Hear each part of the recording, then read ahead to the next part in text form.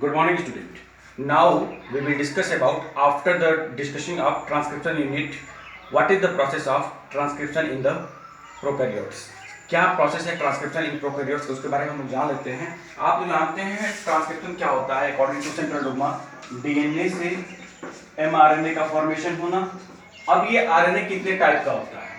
अब ये RNA 3 type का होता है, एमआरएनए, टीआरएनए और RNA, messenger RNA, ribosomal RNA, tRNA. ये 3 आरएनए जो होते हैं, ये तीनों आरएनए किसी भी प्रोकैरियोटिक सेल्स में क्या करते हैं? ट्रांसक्रिप्शन मींस एमआरएनए के फॉर्मेशन में हेल्प करते हैं। अब हम लोग देखते हैं ट्रांसक्रिप्शन का जो प्रोसेस होता है, इसमें कितने स्टेप इन्वॉल्व होते हैं। ट्रांसक्रिप्शन के प्रोसेस में बेसिकली 3 स्टेप इन्वॉल्व होते हैं। पहला जो होता है initiation. First is the initiation. Initiation का मतलब होता है डीएनए का, आप लोग डायग्राम में देखिए, डीएनए का ये डबल हेलिकल मॉडल है। डीएनए के डबल हेलिकल मॉडल में 3 to 5 primer and 5 to 3 primer है। क्लियर हो गया? अब इसमें क्या होता है? इनिशिएशन का मतलब डीएनए के डबल हेलिक्स का वो पॉइंट जहां पे ट्रांसक्रिप्शन का प्रोसेस स्टार्ट हो, शुरू। तो शुरू कौन करता है?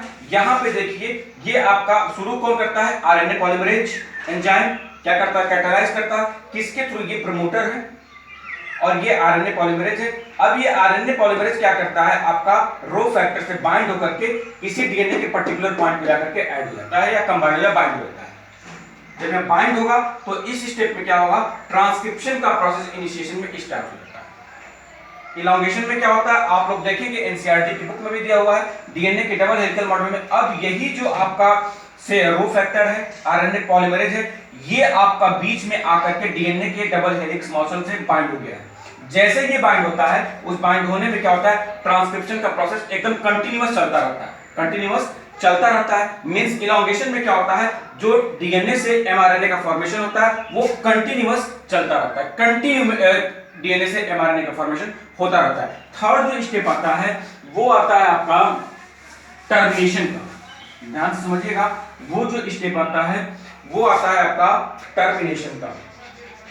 टर्मिनेशन में क्या होता है? आप लोग एनसीईआरटी के डायग्राम में अगर देखेंगे,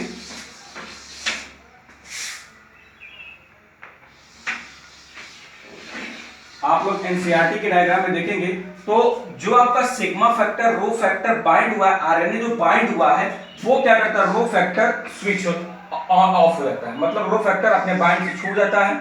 आरएनए जो होता है वो भी बाहर निकल जाता है।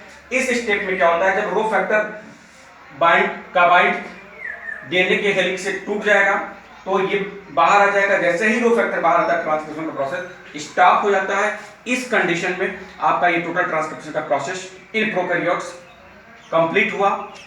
3 स्टेप होते हैं। पहला जो होता है initiation, second is elongation, third is termination. Initiation में क्या होता है? वो डीएनए का पॉइंट जहां पे डीएनए से एमआरएनए का फॉर्मेशन स्टार्ट होता है। किसके थ्रू होता है? कौन कैटालाइज करता है? RNA polymerase.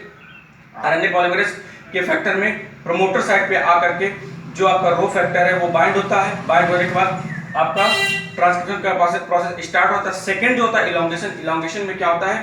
ट्रांसक्रिप्शन का प्रोसेस यानी कि डीएनए से एमआरएनए का फॉर्मेशन कंटीन्यूअस चलता रहता है।